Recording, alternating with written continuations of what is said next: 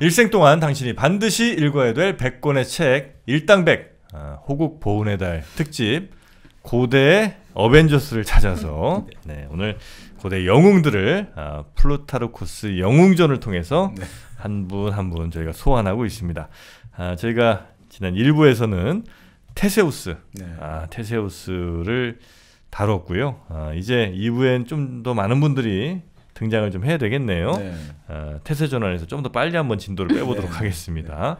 그럼 테세우스랑 이제 상대편에 서 있는 로마 세운 분 가야죠. 로마 쪽으로 가야죠. 그렇죠. 로마의 건설자 바로 로물루스죠. 로물루스.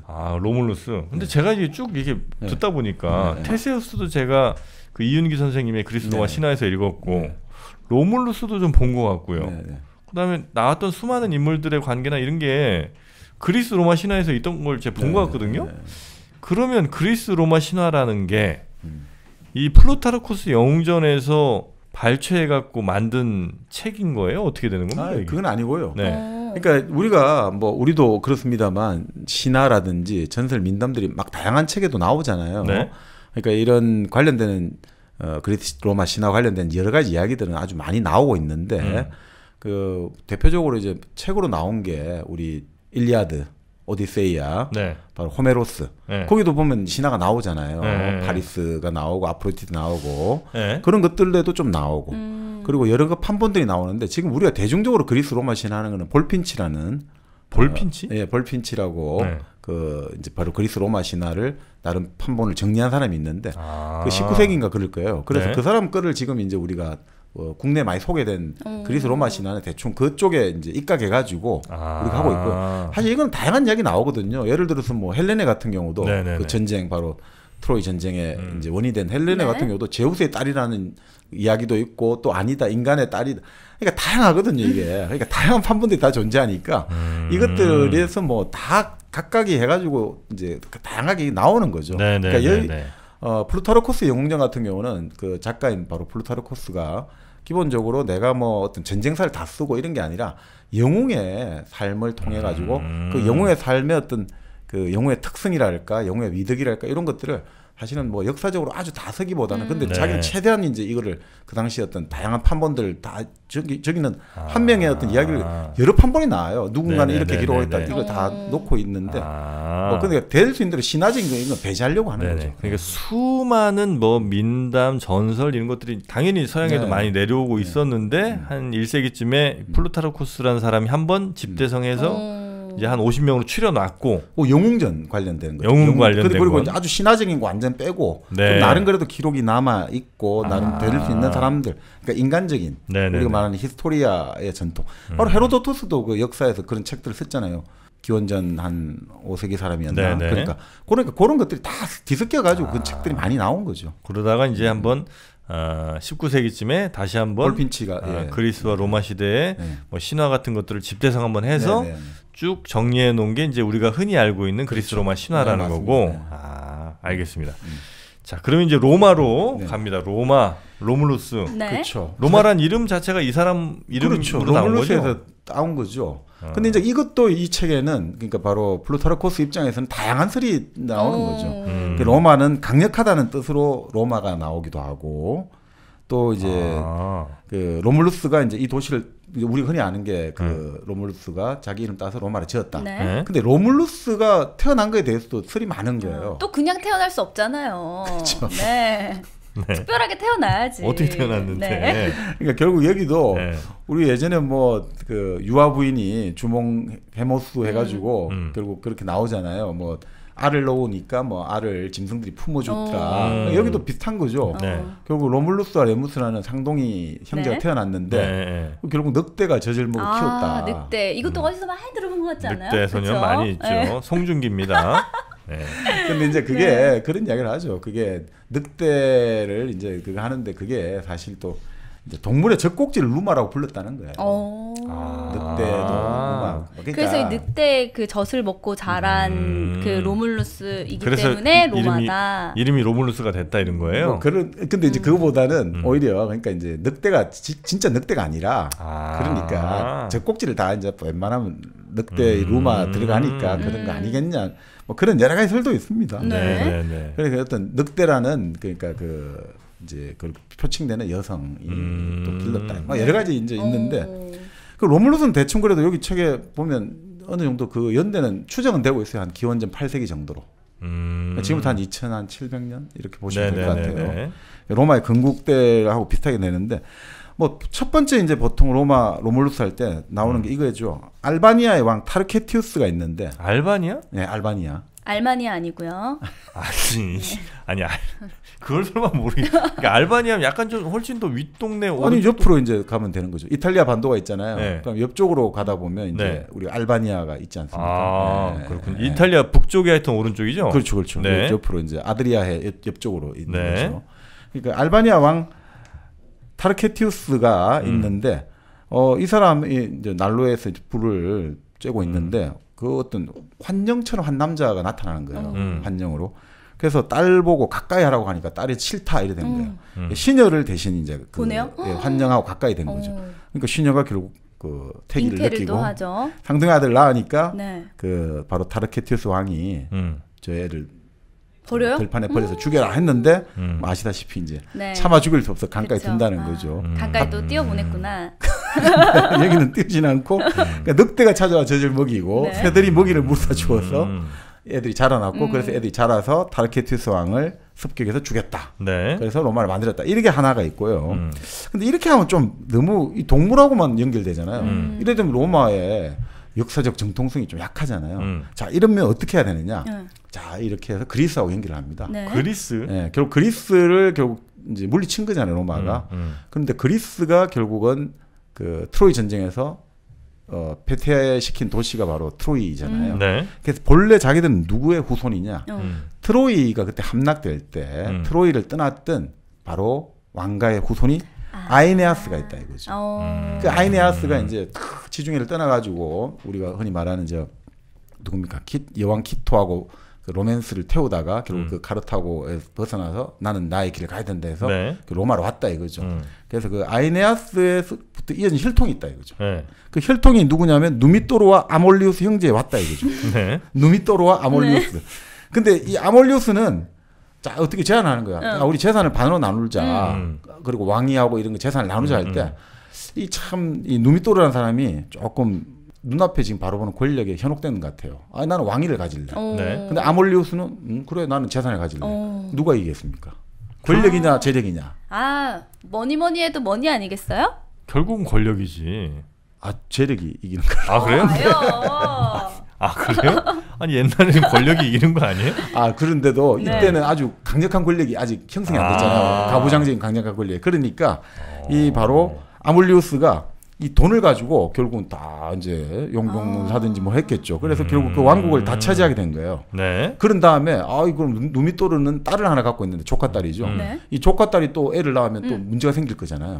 그 조카딸을 사제로 로마에서는 아주 숭상하는 여신이 베스타 여신이 있거든요. 베스타라고 하는데 그러니까 그리스 신화 치면 헤스티아죠. 이 가정을 상징하는 거예요. 가정의 불꽃. 불씨를 끄면 큰일 나잖아요. 그래서 이 베스타 여신을 지키는 사제가 되라. 결혼 못하게 하면 자식을 못 놓으니까 결국 내 권력은 계속 가져갈 거다. 그랬는데 어떻게 됐느냐? 그럴 리가 없죠 또.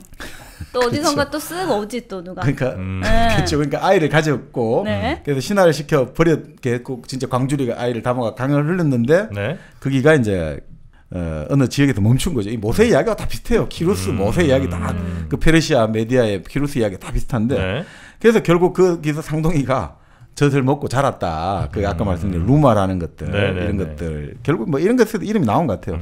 근데 그때 이 상동이를 보살펴준 동물이 늑대와 딱따구리라는 거예요. 딱따구리? 딱따구리가 또 이 보호를 해줬다는 거예요. 뭔가 의미가 있을 것 같은데요. 그렇죠. 그러니까 늑대와 딱따구리는 전쟁의 신이 있죠. 마르스의 이 일종의 메신저라는 거예요. 그러니까 결국은 그 아까 말한 그 딸 바로 누미토르의 딸이 마르스가 와서 관계를 해서 낳은 상동이다 이거죠. 그래서 늑대와 딱따구리가 지켜줬다. 네. 이렇게 이제 논리적으로는 가는 거죠. 그러니까 어떤 사람들은 그게 아니라 결국 아몰리우스가 이 조카 딸의 탐을 내 가지고 네. 자기가 조카 딸을 사진을 만들어 가지고 사람들을 못 오게 아무도 하고 못 건드리게 하고 자기는 내가 변장을 이제, 하고 와가지고 이렇게 해서 낳은 거 아니냐. 근데 낳으니까 이제 이를 버린 거 아니냐. 그래서 그 암늑대 이름이 뭐라고 부르냐면 암늑대를 루피라고 부르는데 네? 좀 방탕한 여자들도 루피라고 부른대요. 잔망 루피 있는데 잔망 루피 그 분홍색 있잖아요 루피. 그래요? 그게 뭐예요? 루피 있잖아요 캐릭터 몰라요 루피? 아 그거 저기 원피스? 네 잔망 루피 아니 그 잔망 루피 있잖아요. 그래요? 아무도 모르죠? 고무고무 루피 말고 루피 찾아보세요. 루피. 고무고무 루피가 아니고 애니메이션에 나오는 루피. 잔망 루피가 있어요. 잔망스러운 루피. 얼마나 귀여운 아이인데 아까 방탕스럽다고 그래서 이 깜짝 방탕한 놀랐잖아요. 여자를 루피라고 불렀거든요. 늑대도 암늑대를 루피라고 부르고. 어머, 네네. 어떡해? 그러니까. 그거 나오죠 그 아이 분홍색. 얘가 루피예요? 네 루피예요. 이건 저 뽀로로에 나오는 친구잖아요. 그러니까 루피야. 그래요? 그래요? 근데 본래 암늑대 루피라고 부르고. 어떡해 우리 아이들 어떡합니까? 그래요? 루피를 그래서 암늑대 약간 좀 방탕한 여성을 그렇게 좀 그렇죠. 낮춰 부르는. 네. 그렇지. 그러니까 거기서 이제 결국은 뭐 승당하지 않았을까 이렇게 보고 있다는 거죠. 네. 자, 근데 애들이 이제 로물루스와 레무스죠. 동생이 레무스고 자랐는데 애들이 양치기가 됐대요. 근데 양치기가 우리가 이제 목동이라고 하잖아요. 근데 예전에 한번 동리라는 거 한번 설명드린 것 같은데 짐승을 다루고 있잖아요. 카우보이 하듯이. 네. 카우보이도 보이란 쓰죠. 네. 이 짐승을 다루는 거는 단순한 소년이 아니라 이게 뭔가 짐승을 다루기 때문에 이게 뭔가 다르다고 봐요. 다른 힘을 갖고 있다고 보거든요. 용사, 장사로 생각하시면 될 것 같아요. 이때 이 동이라는 거를 네. 소년이라기보다 뭔가 장사, 용사에 그러니까 이 사람들이 그 당시에 또 양치기란 거는 도둑들도 상대해야 되고 짐승 상대해야 되니까 진짜 이 요즘 치면 완전히 뭐 일종의 뭐라고 할까 주먹들 잘 쓴 사람들인 거죠. 건달. 그죠 건달 그렇죠. 일하는 건달. 네. 자 그래서 양치기를 하고 있는데 그 네. 바로 아몰리우스 왕의 양치기하고 레무스 이런 양치기하다가 싸움이 붙었다는 거예요. 싸움이 붙어가지고 레무스가 잡혀갔단 말이죠. 네. 그러니까 양치기들이 불만이 생긴 거죠. 자 그래서 로물루스한테 와갖고 너 동생도 잡혀갖고 이거 어떻게 할 거냐. 저 왕이 자꾸 저 우리 자꾸 양을 치기도 방해하고 어떻게 할까. 자 그런데 문제는 단순하게 양치기끼리 싸움한 걸 가지고 왕한테 이게 대들기에는 명분이 약하잖아요. 네. 그래서 로물루스가 좀 전략적인 사고를 하니까 자기의 결국 이제 여러 가지 또 이 사연을 알았겠죠. 그래서 자기의 결국 외할아버지 누미토르를 찾아갔다는 거죠. 그 누미토르한테 가서 사실은 저희들이 숨겨진 외손자입니다라고 이야기하고 그러니까 누미토르가 그래 그러면 어떻게 하지? 그렇게 해서 서로 작전을 짰다는 거죠. 그럼 내가 성 안에서 호응을 해줄 테니까 너희들이 난리를 일으켜. 그렇게 작전을 짜고 해서 어떻게 했느냐? 결국은 아몰리우스 왕을 물리치고 네. 그리고 이제 로물루스 레무스는 할아버지하고 또 부딪히게 되잖아요. 그래서 할아버지한테는 영토를 드리고 자기들은 이제 새로운 땅을 찾아가겠다. 그래서 어릴 때 자라던 땅으로 가서 건설한 도시. 그게 결국 이제 로마가 됐다. 이거죠. 근데 재미있는 게 이렇게 그러니까 결국은 뭐 이렇게 해야 되잖아요. 아잉에 또 왔다. 우리가 뼈대 있는 그걸 설통을 딱 먼저 보여준 다음에 또 문제는 우리는 나름 외할아버지를 위해서 일단 양보를 했다. 이런 것도 보여줘요. 근데 이것도 하나의 복선이 있는 것 같아요. 결국 왜냐하면 앞으로 다가오는 형제 간의 살육을 좀 중화시키기 위해서 그런 것 같아요. 자, 그런 다음에 도시를 만들었지 않습니까? 네. 도시를 만드는데 이제 사람들이 모자라잖아요. 우리가 새로운 도시, 미국이 처음 만들어지면 전 세계 이민들을 다 끌어들이잖아요. 다 꿈과 기회의 아메리칸 드림을 실현하거나. 여기도 마찬가지로 자, 지금 모든 탈주자, 살인자, 재무자 다 들어와. 아니 일단 인구 그러니까 고대 사회는 무슨 쪽수가 일단 사람 수가 제일 이제 국력이란 말이죠. 인구가 일단 양이 있어야 되니까 양을 채워야죠. 그렇죠. 네. 그래가지고 이제 서로 이제 사람 다 와라 이거죠. 다 받아준다. 그런 다음에 이제 그 장소를 좀 정해야 되잖아요. 네. 공간을 이제 서로 형제간에 조금 이제 구역을 다르게 해야 된단 말이에요. 우리 백제, 네. 비류와 온조가 구역을 다르게 하잖아요. 네. 비류는 미추홀 인천 찍으로 갔다 그러고 네. 온조는 지금의 그 위례성 그죠? 경기도 송파 쪽하고 하남 신도시입니까? 위례 신도시 하여튼 그쪽 네네네. 위례 도읍을 하잖아요. 여기도 이제 서로 도읍을 하는데 하여튼 독수리가 나타나고 뭐 성스러운 거죠. 독수리 나타나는 게. 그 독수리는 이 책을 보니까 뭐 그렇다는 거예요. 독수리는 절대로 죽은 짐승의 고기를 먹지 살아있는 짐승은 안 건드린다는 거예요. 그 동족끼리 싸움을 하지 않는다는 거예요. 네네. 자, 그래서 이제 로마를 상징하는 게 독수리잖아요. 그리고 그 로마 제국을 이은 미국도 독수리잖아요. 이글. 독수리가 결국 이렇게 하나의 국조가 되는데 네. 문제는 이제 형과고 동생 간에 이제 갈등이 생기기 시작하는 거죠. 아, 로물루스랑 레무스. 네. 그래서 이 갈등은 결국 그런 것 같아요. 우리 온조라든지 비류도 결국은 뭐 여러 가지 있다가 결국 하나로 되듯이 초기에 결국 힘은 모아질 수밖에 없는 거잖아요. 안 그래도 작은 힘이 분산되면 힘들잖아요. 전 세계적으로 저 건국 초기 신화들이 대체 비슷한 요소들이 좀 많이 있네요. 네, 그러니까 이게 형제들끼리 싸우고 뭔가 그리고 초기에 어떤 왕이 만들어졌는데 초기에 왕권이 약하기 때문에 우리 박역거세 같은 경우도 그 신라 건국 신화도 보잖아요. 그 박역거세가 죽었잖아요. 그럼 장례를 지냈는데 박역거세가 갑자기 하늘로 올라간 걸로 나와요. 이게 뭔가 죽음이 의심찮은 거죠. 근데 그 하늘 올라갔는데 갑자기 몸이 5토막이 나서 떨어지는 거예요. 그럼 이 장례를 해야 되는데 뭐 부인도 그때 죽고 그래서 각 부족들이 하나씩 몸을 장례를 지냈다. 이게 뭔가 권력 투쟁이나 이런 게 있고 백제 같은 경우도 보면 그 여러 가지 역사책을 보면 이 백제의 엄마를 같이 소선호가 같이 온단 말이죠. 네. 우리 흔히 말하는 그 소선호. 소선호. 한혜진.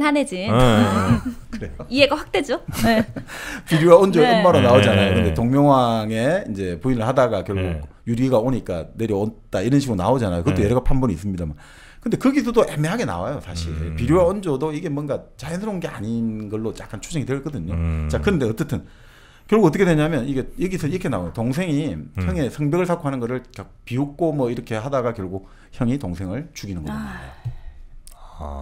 근데 이게 좀 재밌어요. 성벽을 그 비웃고 뭐 울타리 왔다 갔다 하고 이런 식으로 해서 신경을 건드렸다고 나오는데 이 경계를 건드리는 게 제일 위험하거든요. 여기서 우리가 보는 거예요. 경계를 왔다 갔다 한다. 구분을 지금 형은 지으려고 하는데 동생은 계속 구분을 흐트리려고 한다. 그러면 이 질서를 못 세운단 말이죠.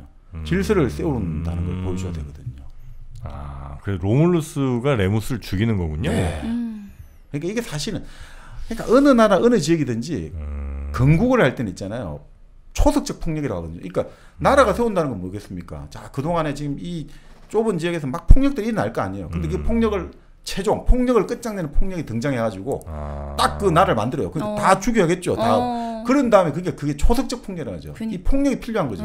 근데 이 폭력으로 나라가 만들어졌다고 말하면 그건 나라가 되니까. 또 질서가 안 되잖아요. 그러니까 이걸 은폐하기 시작하는 거예요. 계속 아니 폭력이 아니라 뭔가 다른 걸로. 그래서 모든 신화를 잘 분석해 보면 이 폭력에 그래서 이제 르네 지라르 같은 사람이 그 성스러운 폭력이라는 그 책을 하고 희생양 개념을 나오는데 이 폭력에 반드시 뭐가 들어있는 거예요. 이 어느 나라 어느 신화든지 지금 여기 뭔가 들어있는 거죠. 뭔가 명분을 만들어야 되니까. 여기는 아주 직설적으로 나오죠. 그 아예 동생을 죽였다 이렇게 나오는 거죠. 자, 그리고 이 동생을 죽이면서 보여주는 거죠. 나는 동생이라도 죽인다. 딱 이런 것들 엄격한 어떤 질서라든지 그리고 힘을 보여주는 거죠. 나의 어떤 권력, 권위, 나는 죽인다면 죽여. 나 동생도 죽인 사람이니까 함부로 하지 마. 봤지? 막 이렇게. 사사로운 인연 나한테 강조하면서 뭐 달라고 하지 마. 그렇죠. 그러니까 여기는 벌써 아까 말한 테세우스하고 좀 다르죠. 테세우스는 민심이 원하는 걸 가는데 여기 민심하고 그런 거 중요하잖아. 나는 폭력과 공포를 통해서 나에게 복종. 질서. 그렇죠. 법과 질서는 누가 만들어? 내가 만들어. 짐이 곧 국가다 뭐 이런 느낌. 좀 세게 나가는 거죠. 자, 그런 다음에 뭐 군대를 만들고 또 사람들과에서 대표자를 뽑아가 원로원을 만들어요. 그러니까 원로원이 이때부터 만들어져요. 원로원을. 로마 초기부터. 네. 로물루스가 만들어요. 근데 이때의 원로원은 권력자에게 의견을 막 서로 심의하고 의견하는 기관, 견제가 아니고 집행하는 기관이에요. 그러니까 권력자가 그러니까 로물루스 입장에 그런 거예요. 아니 내가 그냥 일일이 민중을 백성 하나명 상대하는 것보다 얘들 시키면 되잖아요. 원로원한테 야 시켜, 야 이래 이러면 얘들이 알아서 쫙 일 다 할 거 아니에요.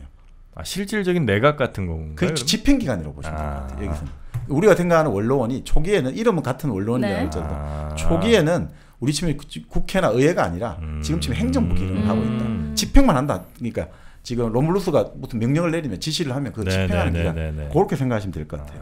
자, 그렇게 이제 로마를 세우고 원로원. 그러니까 이 로마랑 아테네는 그러니까 그리스는 확실히 좀 다른 컬러로 건국부터 색깔이 좀 나오는군요. 근데 이게 더 또 재미있는 게요. 여기를 이제 인구가 많아져야 되는데 사람은 남자는 많이 왔잖아요. 그 남자가 많이 왔는데 주로 범죄자들 다 모였으니까. 그 여자가 모자라잖아요. 그러면 어떻게 되겠습니까? 침략을 또 하나에 따른데. 그러니까 이 불만이 부글부글 끓어올 거잖아요. 누구는 결혼을 했고 누구는 못하면. 그러니까 어떻게 하겠습니까? 도시를 건설한 지 딱 넉 달 만에 여자들을 약탈하러 갑니다.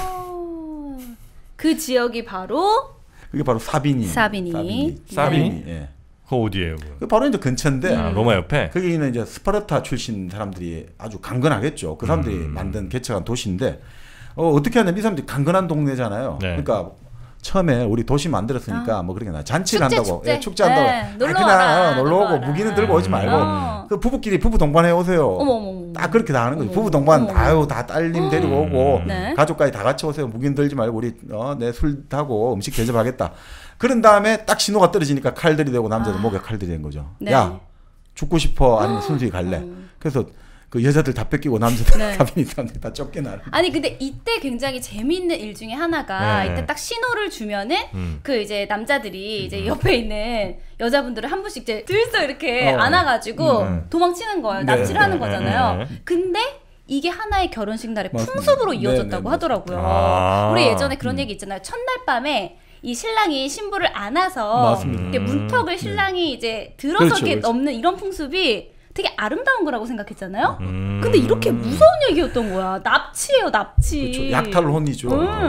그래서 생긴 말이 그러면 문지방 넘을 힘만 있어도 뭘 한다는 얘기가 거기서부터. 와, 문지방만 이거. 그래요? 이 문지방이 이렇게 중요한 의미였어요. 그러니까 안고 어딜 넘어간다. 그렇죠. 근데 뭐 옛날에는 사실 뭐 약탈혼 매매혼이 뭐 굉장히 흔했죠, 뭐 그죠?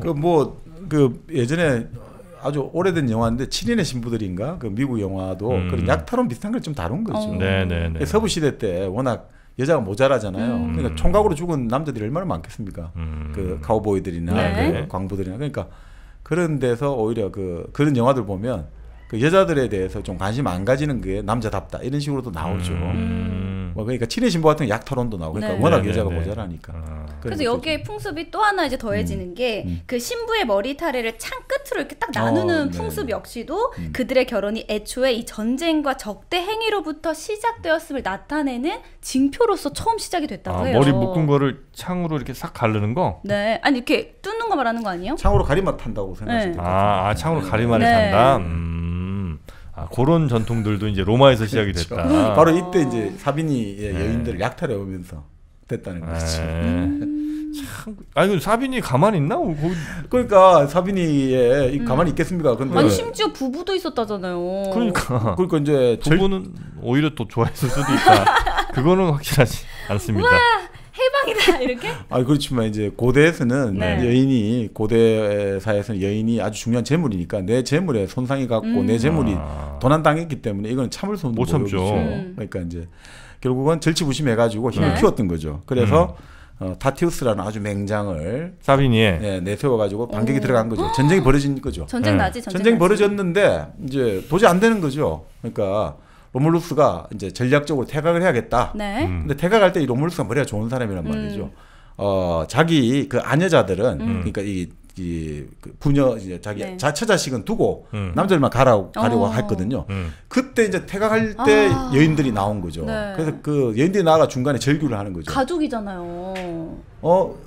오라버니, 아버지, 지금 이 사람들은 나의 남편이고 나의 자식이다. 이 사람들 죽이려고 하느냐. 또 자기 남편한테는 우리 또 아버지와 우리 오빠인데 너희들이 우리 친정 식구를 죽이려 하느냐. 이렇게 돼버린 거예요. 그러니까 여자들이 참 이렇게 마음이 약해요. 내가 강제로 납치가 되었음에도 불구하고 이렇게 한 가정을 이루고 살다 보니까 또 남편한테 또 정이 듬뿍 들어가지고 우리 남편을 죽이지 말아달라. 이렇게 가스라이팅 당한 거 아니야? 그 사이에. 아니 요즘으로 치면 진짜 그럴 수 있지. 근데 진짜 이때의 여인들은 정말 너무 안타깝네요. 지금과 이제 시대가 많이 달랐으니까. 그러니까 이제 참 그렇죠. 그러니까 어쨌든 그 말씀하니까 가스라이팅이라기보다 그 서부 영화 만든 존 포드라는 감독이 있는데 마지막 작품이 추적자라는 게 있거든요. 거기도 보면 그런 게 나와요. 어릴 때 납치가 됐죠, 인디언에게. 근데 나중에 찾으러 갔는데 평생을 찾았는데 얘는 그 인디언 흔히 말하는 추장에 와이프가 돼 있는 거예요.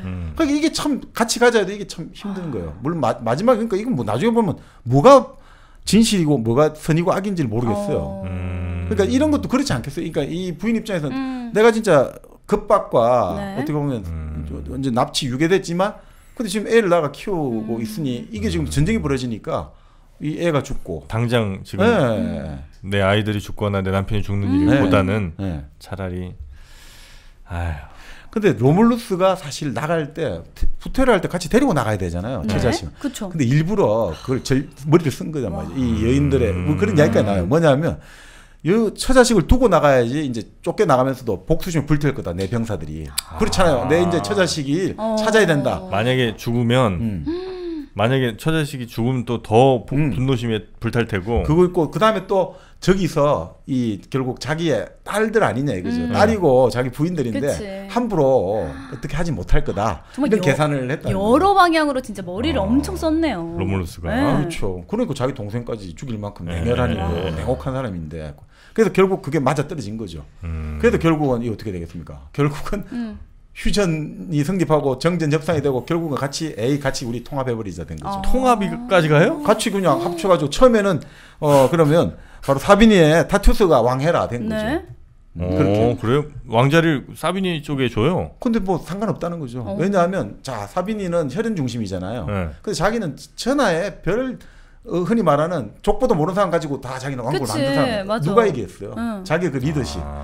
누가 당길력이 세겠어요? 응집력이 누가 세겠어요? 결국 나중에 다 그냥 자기는 다 오는 거죠. 그리고 뭐 사실 그러니까 그런 이제 지금 말씀하다 놓쳤습니다. 그 그림도 있거든요. 다비드, 나폴레옹 그림을 그린 다비드가 바로 그 전투를 말리는 사비니족 여인들에가 진짜 그게 유명한 그림이죠. 사실 이 그림이에요. 이게 이 그림입니다. 이게 굉장히 중요한 그림이구나. 그러니까 이게 왜 프랑스 대혁명시기에 이렇게 다비드가 그렸고 유명해졌냐? 다비드는 어떻게 나폴레옹 그리는 요즘 완전 왕실 화가인데 이거는 기본적으로 우리 서로 다 같이 합쳐서 한 나라를 만들자. 우리 프랑스의 깃발 아래 뭉치자. 나폴레옹 앞에서 뭉치자. 이런 게 깔려 있는 거죠. 이 그림 이걸 강조하는 이유가. 통합의 리더십. 통합의 리더. 대통합. 네, 그렇죠. 자 그렇게 이제 로물루스가 이 사비니 쪽의 여성들까지 이렇게 약탈해서 어쨌든 이제 나라 꼴을 이제 점점 만들어 나가고 있는 거죠. 그렇게 하니까 순식간에 2배가 돼버렸잖아요. 그 왕국이. 사비니까지. 네, 왕국이 2배가 되어버렸고 결국 이 아까 말한 사비니의 다티우스를 이제 왕으로 했지만 이게 계속 정치적으로 밀려가지고 결국 나중에 다티우스 쪽 일파를 완전히 사비니를 정치적으로 다 제거해버려요. 다 숙청에 성공합니다. 결국은 몇 년 안 돼가 다 숙청해버립니다. 그래서 권력을 확 강화시키는 거죠. 권력의 속성은 정말 변치 않네요. 이 시대를 그럼요. 떠나도. 자 오늘은 동맹을 맺었지만 내일은 바로 또 제거해야 될 대상이 되어버리는 거죠. 근데 뭐 이게 초기의 단계에서 권력은 초기에 이 좁은 지역에서 좁은 사람을 가지고 계속해서 이 안전을 보장하려면 계속 넓혀 나가야 되는 거죠. 그래서 결국 끊임없이 전쟁을 일으켜요. 내부적으로 불만이 생기면 또 계속 외부 쪽으로 전쟁을 나가는 거죠. 그래서 어떻게 보면 로마는 처음부터 또 전쟁의 역사 그리고 이 시스템적으로 움직인 거죠. 로물루스가. 그리고 근데 이 로물루스가 이런 어떤 전쟁의 시스템을 만들었는데 아까 말씀드린 대로 군대를 계속 우대해 준단 말이죠. 결국 전쟁에서 얻은 전리품을. 근데 아까 원로원을 만들었다고 했잖아요. 근데 원로원이 아무리 집행기구지만 그 대표성이 어느 정도 있는데 계속해서 원로원을 무시하고 원로원에 먹을 걸 안 주는 거죠. 전리품을. 그러니까 이 원로원은 어떻게 되겠습니까? 화가 나죠. 화가 나고 당장 자기들의 어떤 몫이 파이가 줄어드니까 결국 로물루스의 죽음에 대해서 의문이 많은데 어떤 늪에 가서 빠져서 그다음 사라졌다. 로물루스가? 이런 이야기 나오는데 어떤 해석은 원로원에 들어갔다가 사라졌다는 거죠. 그래서 원로원에 그러니까 이게 나중에 케사르의 죽음하고도 원로원이 다 갈게 되는 게 절대 권력자는 원로원에서 다 해치운다는 거죠. 그래서 로물루스를 죽이고 나서 그 원로원 사람들이 자 몸 한 조각씩 한 부분들을 다 떼어가지고 옷에 사가지고 나왔기 때문에 로물루스는 해체돼 버리니까 시신훼손. 시신이 다 이제 해체돼 버리기 때문에 해체해서 토막토막 내가지고 다 가지고 와서 다 버렸던 묻었던 했기 때문에 로물루스 사라진 거라는 거죠. 완전한 실종이 돼버렸던 거죠. 이렇게 이제 해석하는 게 맞죠. 결국은 너무 결국 권력이라든지 권위주의적으로 나아가다가 결국은 원로원의 반발을 사서 결국 거기서 원로원이 공동으로 다 이제 공동 살해를 한 거 아니냐. 근데 진짜 테세우스와 로물루스 둘이 각각 굉장히 좀 달랐잖아요. 서로 이제 통치하는 방법은 달랐지만 그 마지막은 둘 다 너무 슬프네요.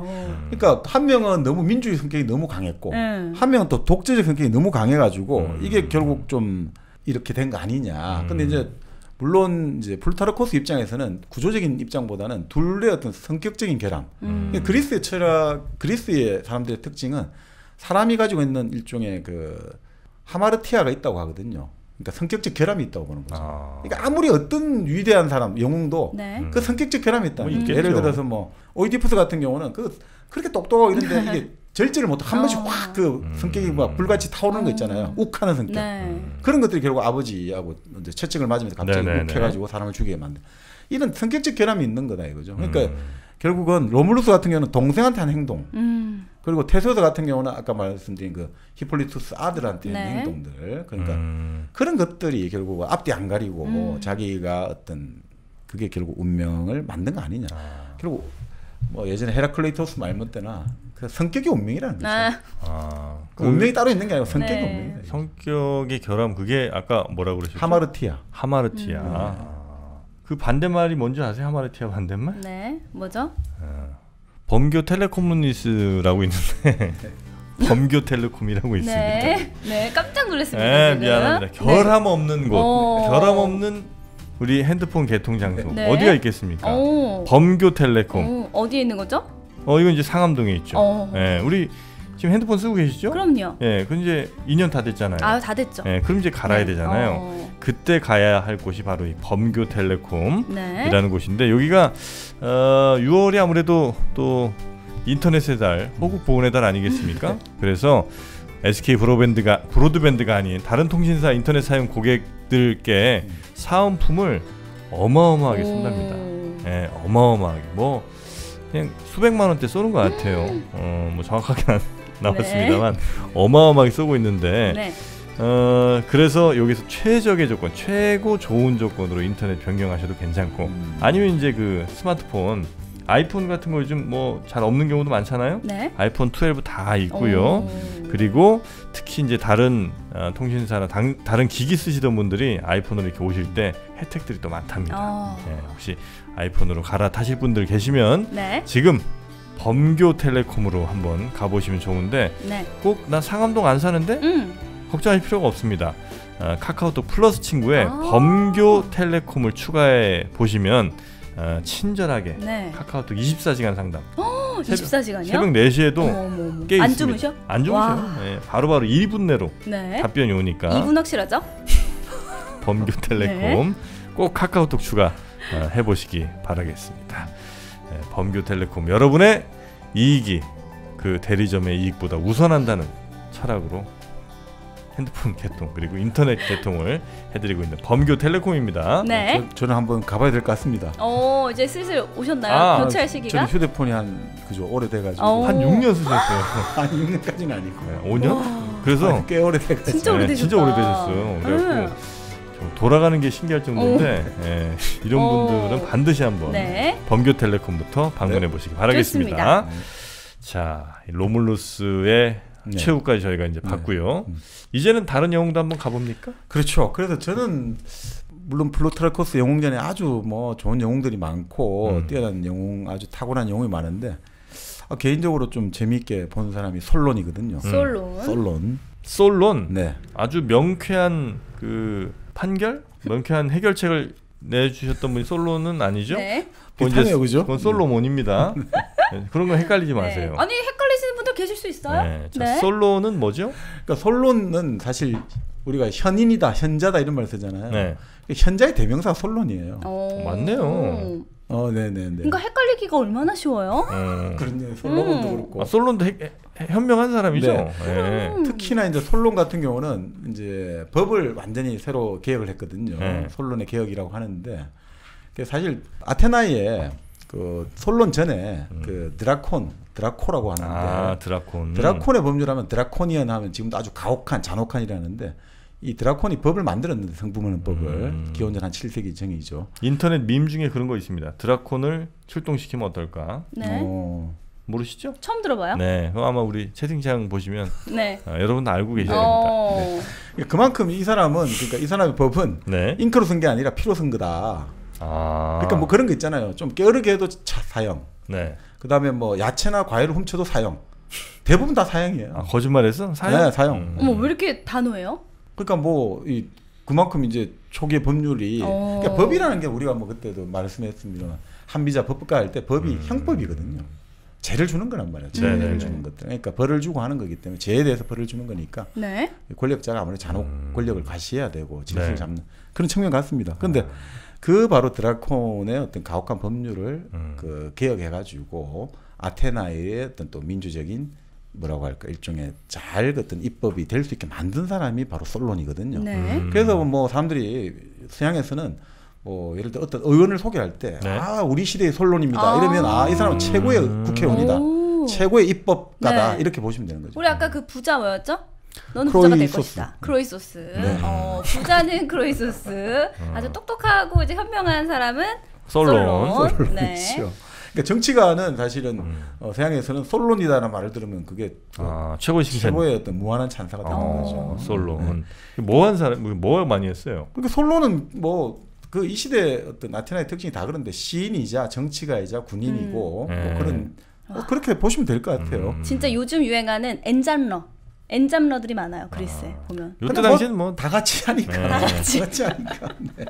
네. 근데 뭐 어쨌든 뭐 그리스 그 자연과학, 그 자연 철학의 시작이 이제 탈레스잖아요. 만물은 물이다.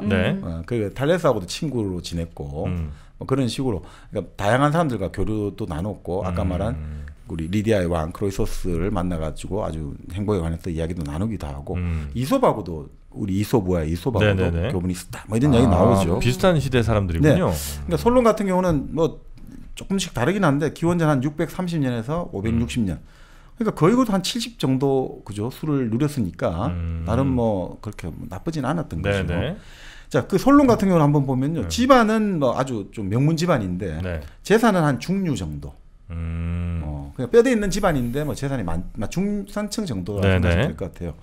그래서 이 아버지가 아주 재밌는 이야기하는데 아버지가 아주 남에게 베풀기를 좋아하면서 남의 도움은 절대 안 받는 사람이었다는 거죠. 그러니까 좀 독립심이 자립심이 있는 분이고 그래서 솔론 같은 경우도 딱 그 젊었을 때 장사를 시작했다는 거예요.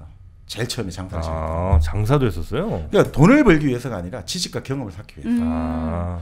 그 이런 정치가 한 명 있어요. 여러 명이 있겠습니다만 예전에 그 청와대 뭐 정무수석 했던 분인데 최모라는 사람이 있는데 최모라는 그분 같은 경우도 자기가 이제 대학을 졸업하고 뭐 포장마차도 하고 정말 직업을 몇십 개 가졌다는 거예요. 왜냐하면 난 정치를 해야 되는데 다양한 사람의 그 만나야 된다. 그래서 일부러 직업을 많이 가졌다는 돈이 없어서가 아니고 뭐 솔론 같은 것같습니다. 그렇죠. 뭘로 유명해요, 이 솔론이? 솔론은 그 지금 말하는 솔론의 개혁으로 가장 유명하죠. 솔론의 개혁? 네, 법으로 가장 유명하고 또 솔론이 남긴 이제 주옥 같은 지금 이제 소개를 드리겠습니다만 주옥 같은 말들이 좀 있어요? 말들이 많죠. 매일매일 나는 늙어가지만 나는 또 매일매일 새로운 걸 배울 수 있어서 너무나 즐겁다.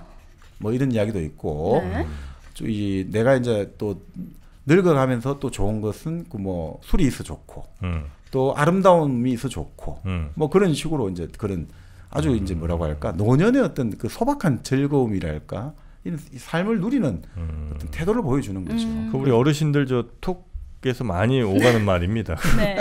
나이 들어감에 따라서 좋은 점들이 이렇게 하나씩 힘내고 웃으면서 삽시다. 이제 이런 청바지 같은 얘기 아니에요. 청춘은 바로 지금 뭐 이런 이야기죠. 청바지. 그런 게 있어요? 몰라요? 난 몰라요. 아니 역시 술을 안 드시니까 그 술 먹을 때 건배사로 청바지 얼마나 많이 하는데요. 청춘은 바로 지금 이렇게. 역시 술을 안 좋아하시니까 모두가 아는 건배사를 아니 근데 그거는 뭐 우리 어르신들은 안다고 치더라도 유진이 어떻게 하는 건 어떤 술자리들을 많이 다니시길래 제가 또 이제 저 40, 50대 또 중년들의 아이유 아니겠어요? 폭이 넓죠 좀. 폭이 넓잖아요. 청바지는 처음 들어본다 진짜. 처음 들어요? 처음 들어. 뭐야? 사실 솔론이 요즘 지금 완고급법의 원조예요. 완고급법 있죠. 우리 말을 직설적으로 안 하고 좀 빙둘려 말하는 이 어법의 지조죠. 왜냐하면 그 채무 탕감, 빚을 탕감해 주는 거를 무거운 짐 들어주기 이렇게 명명을 했거든요. 그런 식으로 그러니까 매춘부를 친구라 부르고 세금을 공납금이라 부르고 점령제 수비대를 보호대라고 불러주고 점령의 공격 그 군대가 보호대, 감옥을 안방이라고 부르고 뭐 이런 식으로 했다는 거죠. 비정상의 정상화 같은. 그렇죠. 그러니까 부드럽고 멋진 이름 붙이기. 그러니까 이 솔론에서부터 이런 게 나오는 거예요. 저는 이 솔몬이 했던 했던 여러 가지 그 이제 법들 중에서 이 부분이 굉장히 좀 가슴에 남았는데 뭐예요, 따뜻하더라고요. 이때는 아무것도 이제 뭔가 내가 돈을 빌리고 싶은데 담보가 있어야 되잖아요. 근데 담보가 없으면 자신의 몸을 담보로 이렇게 돈을 빌리기도 하고 그랬나 봐요. 근데 솔몬이 앞으로는 그 누구도 솔론이 앞으로는 그 누구도 자기 몸을 담보로 빚을 낼 수 없도록 했다고 해요. 그러니까 이제 우리가 흔히 말하는 그 자유의 가장 기본 중에 뭐 우리가 정신적으로는 사상의 자유나 표현의 자유가 있겠습니다만 근본의 자유가 신체의 자유거든요. 내 몸이 구속 안 당하는 속박당하지 않아요. 그게 가장 기본이 되거든요. 그러니까 그런 면에서 보면 그 인신이라는 것들을 기본적으로 다른 것들에 분리했다는 것에서 상당히 평가를 하는 거죠. 뭐 솔론이 이제 그런 식으로 아주 다양한 사람들을 만나고 그런 것들이 아주 중요한 거 아니냐. 그러니까 이 사람은 뭐가 중요하냐면 결국은 배움의 자세를 끝까지 유지하는 거죠. 끝까지 인생이라는 것은 나이는 하루하루 늘어가지만 배움의 길은 나날이 새롭구나. 우리 그 동양에 대학에 나오는 일신, 우일신 똑같은 거예요. 그러니까 참 동생의 고전은 다 비슷하거든요. 배바지 어때요? 뭔데? 배움은 바로 지금. 우리 건배사로 배움은 바로 지금 배바지. 괜찮다. 배바지도 있으니까. 어르신들의 한 잔. 배바지가 또 편안하잖아요. 어르신들의 한 잔 할 때 하세요. 너무 괜찮다. 자, 솔론이 배움은 바로 지금. 그렇죠. 근데 이제 이분은 장사를 많이 했지만 그 재물에 대해서는 큰 욕심 없어요. 왜냐하면 그리고 부정한 방법으로 사는 재물에는 반드시 재앙이 따른다고. 그래서 항상 너무 지나친 재산을 경계를 했죠. 진짜 청렴하시네. 그러니까 또 그런 게 있어요. 그렇지만 또 생활 아주 사치스러웠다. 아이고야. 이거 어떻게 된 거죠? 세속적인 쾌락은 누리다. 아니 정당한 방법으로 버는 분은 괜찮다. 괜찮다. 그 대신 쾌락을 노래하고 그러니까 결국 이런 것 같아요. 상인 출신이잖아요. 그러니까 무역이라는 게 리스크가 따르잖아요. 이 그리스 폴리스는 배를 한번 띄웠는데 해적도 많고 풍랑 만나면 어떻게 될지 몰라요. 그 진짜 예전에 저희 이제 집안 어르신 중에 이분이 모든 땅을 다 정리해가지고 그 정말 요즘 치면 어마어마한 돈을 이제 아르헨티나 쪽에 배를 띄운 거예요. 아르헨티나에 그 당시 80년 초반에. 아르헨티나? 네. 아르헨티나. 그때 이제 아르헨티나 원양업도 나간다고 큰 배를 띄웠는데 딱 배를 띄워가지고 이제 한 달 만에 돌아와야 되는데 한 달이 아니고 갔다가 이제 몇 달 하고 돌아와야 되는데 그때 바로 포클랜드 전쟁이 터진 거예요. 영국과 아르헨티나 사이에. 어떻게요? 다 날라갔죠. 그러니까 이게 그만큼 그 모든 재산을 다 잃어버리고 속병으로 돌아가셨는데 화병으로. 왜냐면 요즘 치면 뭐 거의 뭐 수백억 이상 완전히 돈이 다 나간. 요즘 같은 그나마 좀 안전한 시대라고 하더라도. 그때 보험이 좀 있다 하더라도 이게 워낙 그게. 예전에는 뭐 진짜 뭐 위험했겠죠. 그러니까 이 배를 띄운다는 게 그만큼 위험한 거죠. 현대도 이런 판인데. 그러니까 이 상업을 하는 사람 물론 또 한 번 배를 띄우면 큰 이익을 얻게 되잖아요. 그러니까 어떻게 하냐면 상업에는 반드시 이제 유흥이 따를 수밖에 없는 거죠. 그래서 쾌락을 이 사람도 이제 쾌락과 향락이 결국은 이제 상업에는 같이 따라갈 수밖에 없는 거죠. 그리고 뭔가 좀 현재를 즐기자 요런 좀 그런 느낌이 있었나 보다. 뭔가 내일을 위해서 오늘을 아끼기보다는 오늘 이 순간 내가 다 누리리라. 그렇죠. 우리 솔론이 현명하시네. 근데 그런 의미에서 우리 정프로님하고 좀 비슷하지 않아요? 저는 그렇진 않아요. 네, 저는 뭐 현재를 즐기자. 만약 그 인생 철학이었으면 전 지금 이렇게 살지 못합니다. 지금 대충 아시잖아요. 이렇게는 아니죠? 이렇게까지는 못 삽니다. 네. 저는 굉장히 솔론과는 거리가 좀 있는 것 같아요. 그 솔론은 자식은 이제 두는 걸 권장했거든요. 그래요? 어머 이것도 비슷하시네. 자꾸 엮지 마. 솔론 좋은 사람이라잖아요. 아 그래요? 얼마나 좋아. 아니 그 탈레스 있잖아요. 아까 말한 그 자이언트 철학자. 그 밀레토스가 지금의 그 소아시아죠. 이오니아 그 밑쪽에 이제 해안 도시잖아요. 식민 도시인데 그 밀레토스에서 이제 결국 그 살고 있는 탈레스가 아주 철학자고 덕이 많다는 소식을 듣고 이제 간 거죠. 같이 친교를 맺으려고.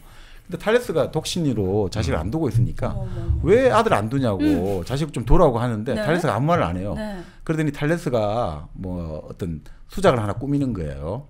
어떻게 했냐면 이제 아테나의 출신의 밀레토스 온 사람을 하나 꼬셔가지고 솔론한테 가가지고 최근에 제가 어느 귀한 분의 아드님 장례식을 갔다 왔다. 그 사람이 누구냐?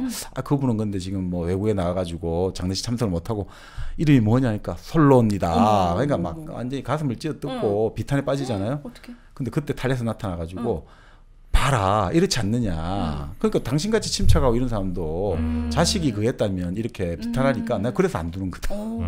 그래서 결혼도 안 하고 자식을 안 두는 거다. 이렇게 이제 말을 했다는 거죠.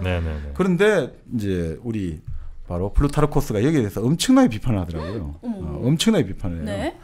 필요한 물건인데도 잃어버릴 것을 두려워해서 갖지 않는다는 것은 이치에도 맞지 않는다. 그러니까 그런 거 있잖아요. 내가 그러면 그 사람을 잃어버릴까 봐 두려워하면 자식을 잃어버릴까 두려워하면 이제는 친구를 잃어버릴까 두려워하게 되고 또 다른 사람 다 이렇게 연결되는 거다. 사람이랑 속담 있잖아요. 구덕이 무서워서 장 못 담그냐 이런 얘기 하잖아요. 구덕이랑 지금 아들 이렇게 이거 좀 심하지 않습니까? 네. 네. 아니 크게 생각하면 또 우리 정반님 좋아하시잖아요. 지금 얼마나 좋아하십니까? 빵 터지셨네. 아니면 혹시 뭐 네. 소설 결말 안다고 그 소설 안 읽을 거냐라든지 뭐 이렇게 좀 가면 좀 그나마 좀 낫지 않았을까 싶은데 구덕이 네. 쪽은 조금 아니 우리 정반님 좋아하셨어. 네. 그러니까 뭐 시청자 보고 가야죠. 왜 정방님만 보고 갑니까? 뭐 여기서 그렇게 나와요. 이제 네. 플루타르코스가 그러니까 하다 못해 개나 말을 읽고도 심한 설명에 빠지기도 한다 사람은. 그러니까 그게 그러니까 그 이별이 두려워서 사랑을 하지 않는다는 만큼 어리석은 일이 어디 있느냐. 뭐 그렇게 보면 되겠죠. 이별의 두려움 때문에 사랑의 기쁨을 느끼지 못한다는 건 인간이 아니다. 이렇게 볼 수도 있겠네요. 그리고 뭐 실제로 한 행동인지 모르겠습니다만 만약에 그런 행동을 했으면 그건 진짜 좀 나쁜 행동이다. 아무리 누군가에게 뭐 그렇죠. 진리를 알려주기 위해서라도 금도라는 게 있지 않습니까? 그럼요. 아들 죽었다고 그렇게 장난치는 게 어딨어. 이거는 좀 올바르지 못한 방법. 저도 플루타르코스에 한 표 던지겠습니다. 네. 참 이게 여기서 플루타르코스가 재밌는 코멘트를 남기는데 네. 운명에 흔들리는 사람은 사랑 때문이 아니라 그 사람의 약한 마음 때문에 흔들리는 거다. 그러니까 사랑을 잃어버릴까 봐 뭐 이런 운명이 이게 아니라 내 약한 마음이 그게 사실은 흔들리는 거다. 이런 거죠. 그러니까 마음껏 사랑하고 마음껏 그렇게 인생을 즐겨라 이거죠. 그게 두려워서 그걸 잃어버릴까 봐 이런 건 아무 의미가 없다. 이렇게 네. 자, 그런데 뭐 어쨌든 솔론 같은 경우는 이런 식으로 뭐 여러 가지 이제 사람들을 만나고 현명한 사람이기도 하고 그리고 실제로 어떤 살라미스 섬이라고 요즘 독도 문제 비슷한 그 문제가 하나 있어요. 살라미스 네. 유명하지 않습니까? 우리가 아는 그 살람일까요? 아니, 살라미스 해전이라고 네. 나중에 이제 페르시아 전쟁에서 살라미랑 또 약간 좀 다르구나. 죄송합니다. 살라미 전략의 살라미랑 네. 이 살라미스 섬이랑은 조금 다르게. 심지어 나는 먹는 살라미 얘기했다며. 그러니까 그 살라미를 얇게 저며 먹는. 네, 맞아요. 그게 이제 우리가 살라미 전략이라고 하는 거잖아요, 네, 그죠? 조금씩 한 걸음 한 걸음 이렇게 이제. 뭐 살라미스 섬에서 돼지고기를 햄을 만들었나요? 그건 잘 모르겠는데. 그랬을 수도 있겠네. 맞아, 그랬을 수도 있죠. 섬이니까. 네. 아주 틀리지 않았을 수도 있겠어, 내가. 네. 자, 그래서요. 사실 이게 독도 비슷한 문제가 돼가지고 아테나이하고 메가라가 분쟁을 한 거예요. 이 섬이 누구 거냐. 근데 자꾸 싸움 나니까 아테나이에서 법을 만든 거예요. 네. 이제부터 살라미스 섬을 아테나이 거로 말하면 엄벌에 처한다. 근데 이제 솔론이 애국자잖아요. 그래서 일단 제정신으로 말하면 벌 받으니까 네. 정신병 걸렸다고 소문 내고 나서 광장에 가서 사람들 앞에서 살라미스는 시를 탁 낭송을 하는 거예요. 그러니까 사람들이 야 이거 봐라 아니다 해가 결국 그 법을 폐지시키는 거죠. 살라미스는 그리고 솔론이 지휘를 해가 살라미스를 결국 아테나의 영토로 딱 만드는 성공을 한 거죠. 그러니까 그런 식의 현실적인 활동들도 이제 병행하면서 네. 이제 정치의 세계로 뛰어드는 거죠. 근데 이 정치의 세계라는 것은 그 당시 이제 워낙 아테나이가 지역마다 파벌이 만들어졌다는 거죠. 네, 네. 산간 지방에 있는 사람들은 민주 정치를 하자. 평지에 있는 사람은 과도 정치를 하자. 그리고 해안 지방 사람들은 혼합 섞자. 이러니까 계속해서 이제 갈등이 심해졌고 네네. 특히 당시에 빈부 차이가 엄청 심했다는 거죠. 그러니까 지금도 마찬가지면 빈부 차이가 심하면 이게 결국 아테나의 사회를 위험하게 만들거든요. 양극화. 네. 그러니까 그 당시 사람들이 아테네 평민들이 부자에게 진 빚 때문에 자기 수확량의 6분의 1을 항상 빚 이자로 방치해야 된다는 거죠. 네네네. 이 상태가 계속되고 또 아까 말씀드린 노예가 된단 말이에요. 네. 빚 때문에. 그러니까 사람들이 어떻게 됩니까? 노예가 되고 빚 이거 갚기 그거 힘들면 해외로 도망치는 거죠. 인구가 국력인데 사람이 빠져나가면 이 나라는 이 도시는 망한다 이거죠. 그러니까 이걸 어떻게 해야 되느냐? 결국은 뭔가 노예도 해방하고 이제 지금 빚으로 된 노예도 해방하고 토지 분배도 새로 하자. 이런 욕구들이 엄청나게 생겨나는 거죠. 근데 이제 부자들 입장에서는 딱 보는 거죠. 솔론이 그래도 솔론도 좀 사니까 네. 우리 이걸 좀 이익도 대변해 줄 거야. 또 평민들 입장에서는 아니야 솔론이 항상 평소에 이런 옳은 소리 한 사람이니까 그래서 이제 이 솔론만이 파벌을 물들지 않았고 솔론만이 우리의 이 문제를 해결해 줄 거다 해가지고 일종의 아르콘이라는 게 요즘에 장관급인데 네. 정치 장관에 딱 선출을 시키는 거예요. 기대감이 어마어마했겠네요. 그렇죠. 그러니까 부자들이나 가난한 사람 전부 다 솔론 내 편이라고 생각하는 거예요. 그러니까 이게 정말 힘든 거죠. 이게 진짜 힘든 거죠. 양쪽을 만족시키는. 또 그 와중에 이제 친구들은 그러니까 왕으로 올라라, 즉위를 해라. 너 그러면 더 이게 일하기 편할 거다. 솔론이 유명한 말을 남겨요. 전제군주는 과연 좋은 자리이긴 하지만 한번 그 자리에 앉게 되면 떠날 수가 없게 된다. 그래서 나는 왕 안 할 거야, 그지. 한번 그 자리에 앉게 되면 떠날 수가 없게 된다. 이게 권력의 속성을 정확히 꿰뚫고 있는 거죠. 자, 그러면서 이제 솔론이 이제 아까 말씀드린 흔히 말하는 솔론의 개혁, 이제 이 정말 그 딜레마에 빠진 이 상황을 해결하는 이제 계획을 하게 되는 거죠. 네. 그래서 뭐 아까 말씀드린 대로 범죄에 대한 그러니까 사형을 대폭 줄여버리고요. 네. 그런 다음에 아까 말씀드린 대로 그 비대 허덕이는 그 사람들 이런 것들을 해방해주는 정책을 시행하게 되고 또 의회 있지 않습니까? 가난한 모든 시민들에게 의회에 참여할 수 있는 권리를 주는 거예요. 정치적으로. 그렇게 하고 또 뭐 아테네에서 일하는 외국인들의 권리 이런 것들. 그러니까 전반적으로 아테네 사회를 구성하는 모든 구성원들의 권리를 신장하는 방향으로 이제 정책을 만들기 시작하는 거죠. 구체적인 정책은 이제 이렇게 좀 나오는데요. 네. 한번 보면 사실 솔론 입장에서는 이게 이렇게 보죠. 당시 스파르타 같은 경우는 스파르타는 리쿠르고스라고 스파르타를 완전히 기반을 다진 사람이 거의 비탄식이 있었는데 네. 이 사람은 헤라클레스의 11대 손이다, 후손이다라는 게 나와 있거든요. 그러니까 이게 사람의 정통성이 있잖아요. 네. 그래서 솔론은 그 정도는 안 되잖아요.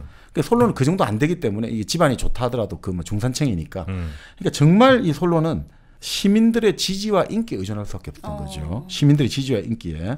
그래서 어떻게 하느냐? 이제 법안들을 하나씩 네. 하나씩 만들어야 되는데 이 법안을 만들면서 뭐 이제 처음에는 이렇게 돼요. 부자들은 우리가 채권을 잃어버리게 됐다 이거죠. 이제 채무 탕감하게 되니까. 그래서 도저히 이거 이제 더 이상 지지 못하겠어. 그리고 빈자는 토지를 분배받을 걸 기대했는데 토지를 또 분배를 안 해줘.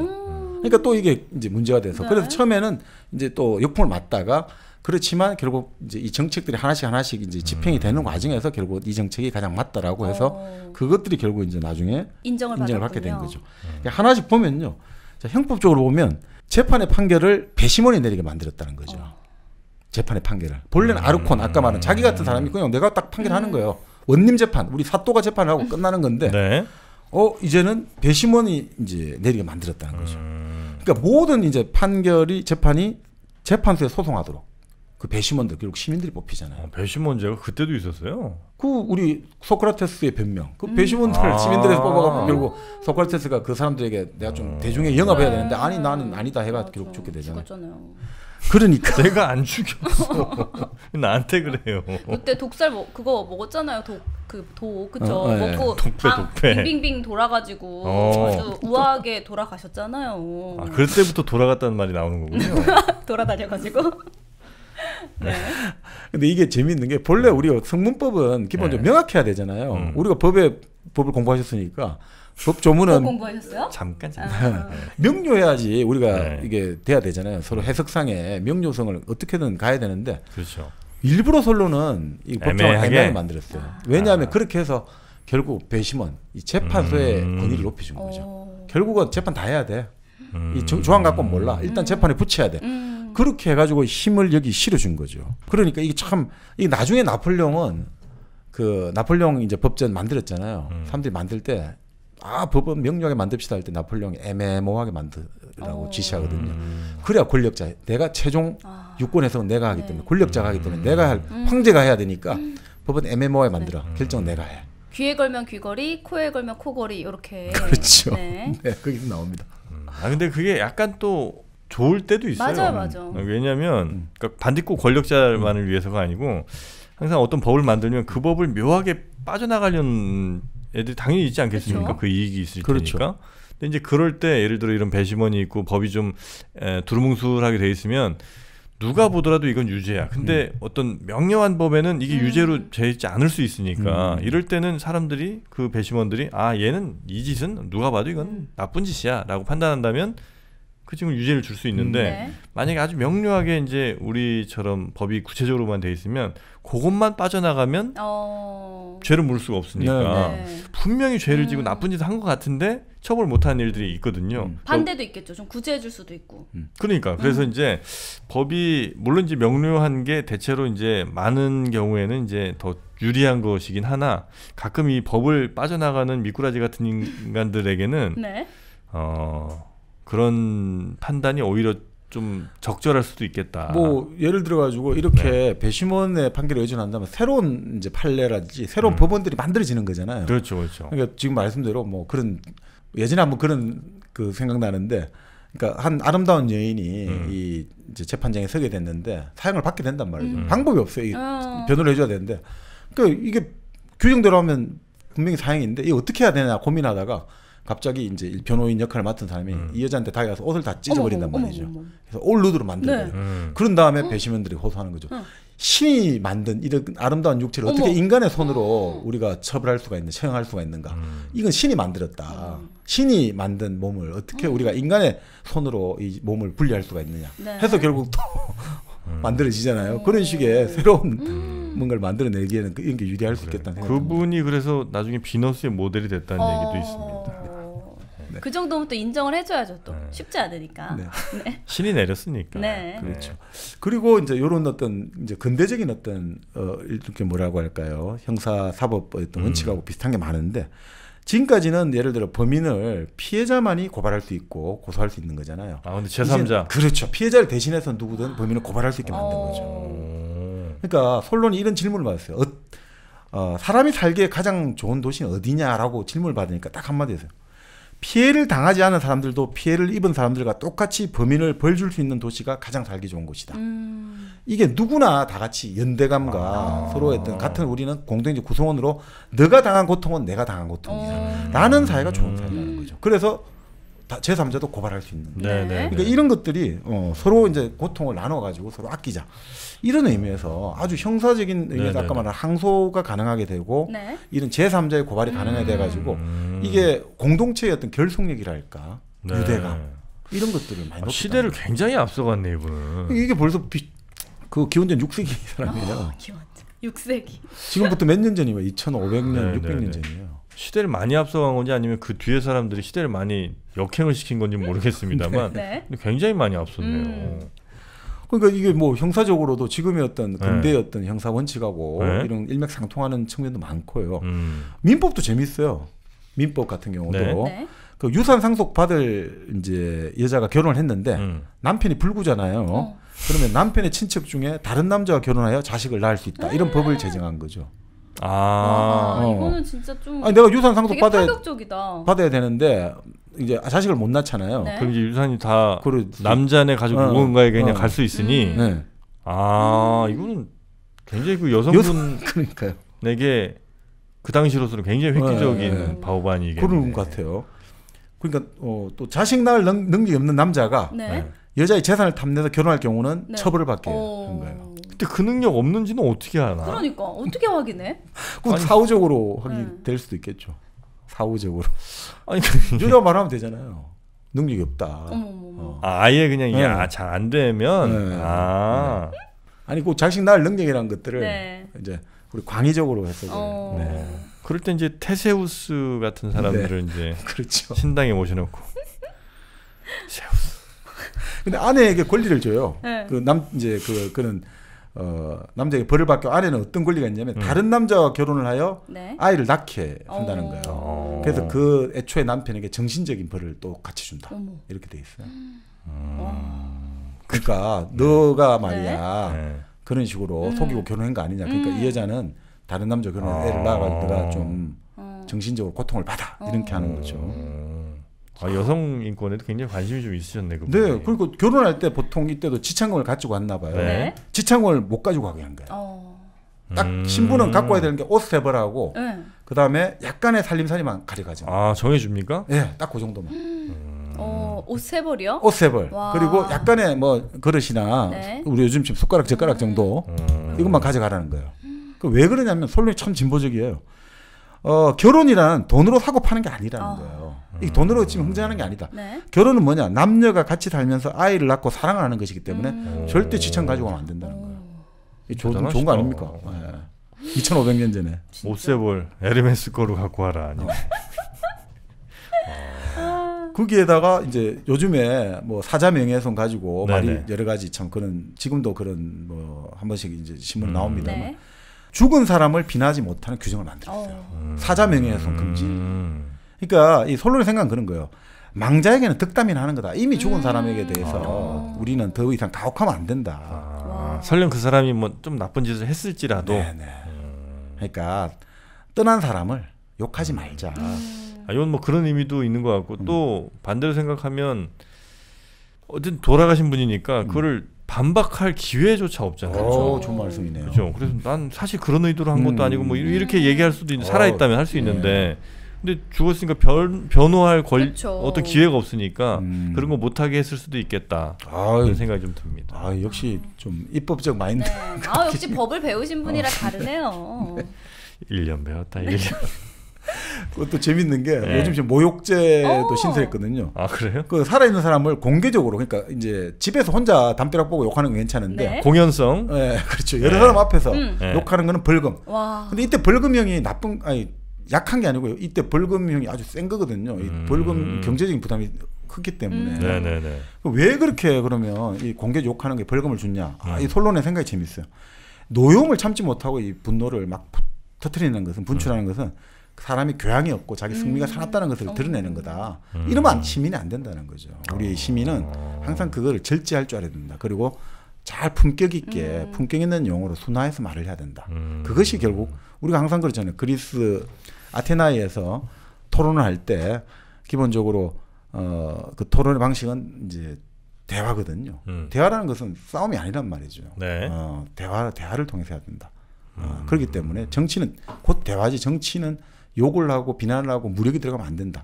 이런 것들이 깔려 있는 거죠. 그 중세를 지난 이제 그 르네상스 때 유럽인들이 그리스 로마로 왜 돌아가려고 했는지 감이 좀 옵니다. 그래요? 아니 이렇게 뭐 물론 이제 여기 때 당시에도 뭐 시대적 한계 같은 거 있겠습니다만 그렇죠. 그래도 한 1000년 혹은 그 이상 전에 그렇게 좋은 제도들이나 이런 것도 만들어 놨는데 근 한 1000년 동안 중세를 지내면서 아주 그 종교라는 것에 이게 억눌린 나머지 뭐 제대로 된 무슨 토론도 안 돼, 뭐 이런 좋은 법들도 하나도 다 뭐 없고 이런 상황이 되니까 이거 보고 굉장히 매력을 느꼈을 것 같아요. 그러니까 뭐 어떻게 보면 지금 말씀대로 중세 천년이라는 건 물론 빛과 그림자가 있습니다만 기본적으로 신이 규정한 사회란 말이죠. 그렇죠. 그러니까 신의 율법에 따르면 되는 거죠. 우리 신과 인간이 계약을 해가지고 율법 지키면 되는 거죠. 이게 왜 죄가 됩니까? 그 물을 필요가 없는 거예요. 신이 그렇게 정했으니까. 근데 우리가 근대가 되면서 결국 우리 사회 계약론이 나오잖아요. 홉스라든지 인간의 동의에서 우리가 인간이 살아가는 법이라든지 제도나 기구 이런 거는 우리가 동의한 거야. 우리가 주체가 되는 거죠. 근데 사실 그 원형을 사람 필요로 하잖아요. 이 원형은 여기가 있구나. 이미 우리는 스스로 만들 수 있어. 우리 사람이 살아가는 삶의 근거를 이미 우리 스스로가 만들 수 있다. 이런 것들이 이제 또 다른 의미에서 이 그리스 로마의 중요성인 거죠. 멋진데요. 반하셨나 봐. 솔론한테. 역시 솔론이에요. 그 솔론이 지금 근대적인 게 진짜 많아요. 그 당시에는 상속을 할 때 자식이 없으면 또 다른 가족이 가져가잖아요. 다른 자식이 없는 경우에는 원하는 이에게 상속을 물려줄 수 있다라는 규정을 만들었어요. 증여 가능. 그렇죠. 그 지금까지는 그게 아니잖아. 피가 중요한데 아니야. 이제 피보다는 우정, 혈연보다는 우정. 그리고 강제가 아니라 자유를 주는 그 사람의 의지에 의해서. 그렇죠. 그래도 증여세는 있었겠죠? 증여세 없는 나라도 많아. 지금도? 지금도 없는 나라 많아요. 없는 나라도 있죠. 증여세 걱정돼요? 재산 그 정도로 많지 않으신. 없죠. 우리 대부분은 증여세 낼 일이 별로 걱정할 일이 없다. 공시지가로 10억 이상 안 되시면 증여세는 크게 안 나온다고 보시면. 택도 없죠. 공시가 10억이니까 보통 한 20억 정도 생각하시면 될 것 같아요. 자, 그런 다음에 또 이제 이게 민법적하고 형법적이 관련된 건데 자기 아내가 간통하는 현장을 목격하게 되잖아요. 남자가. 그때는 정부를 죽여도 괜찮다. 와. 근데 부인이 아니에요. 정부를 죽여도 괜찮다. 부인을 죽여도 괜찮은 게 아니라 정부를 죽여도 괜찮다. 이렇게. 왜 이렇게 이쪽에 또 감탄이 세게 들어옵니까? 아니 근데 이런 거를 들어봐야 되는 거잖아요. 그 둘 사이의 이야기를 어떻게 되는지 모르는데 정부가 아니라 내 와이프나 혹은 내 남편이 그 사람한테 뭐 유부남 유부녀인 걸 속여가지고 그럴 수도 있고 그 정부는 아무것도 모르고 있다가 갑자기 죽임 당하면 어떡해요. 이건 이제 두 가지 측면이 있죠. 하나는 이건 이제 그때 당시 사고입니다. 내 아내가 이제 누군가와 이제 만약에 이제 하는 장면을 내가 봤다 쳐요. 그럼 이제 그 상황은 첫 번째 아내가 만약에 의도했던 거라면 그놈은 강제로 한 거니까 무조건 이건 뭐 가능. 네. 만약에 이제 아내랑 짝짝꿍이 맞았다 쳐요. 네. 그러면 아내랑 짝짝꿍 맺은 그 아내에게 가장 큰 형벌을 내릴 수 있는 게 그 정부를 이제 죽이는. 그 눈앞에서 이걸 죽이는 거 보면 얼마나 이 사람은 끔찍하겠어요. 이 아내는. 하지만 아내는 이제 그때 당시 얘기입니다. 내 또 꽤 큰 재산이기도 해. 네. 그렇다면 내 아내를 죽인 게 아니라 그 정부를 죽인 건 이런 경우든 저런 경우든 용인된다는 거죠. 그리고 또 하나의 이제 측면은 요즘 시각으로 본다면 심신미약 상태지. 어머. 그러니까 나 스스로도 이제 갔어. 머리가 지금 돌았어 많이. 많이 돌았잖아요. 많이 돌았죠.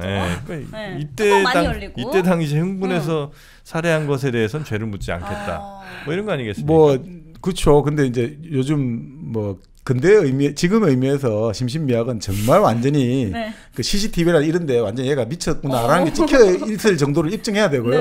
그러니까 막 그냥 내가 돌았다 이거 정도 갖고는 안 되는데, 근데 그 당시에는 가능합니다. 왜냐하면 그 아가멤논이 그 일리아스에서 나오잖아요.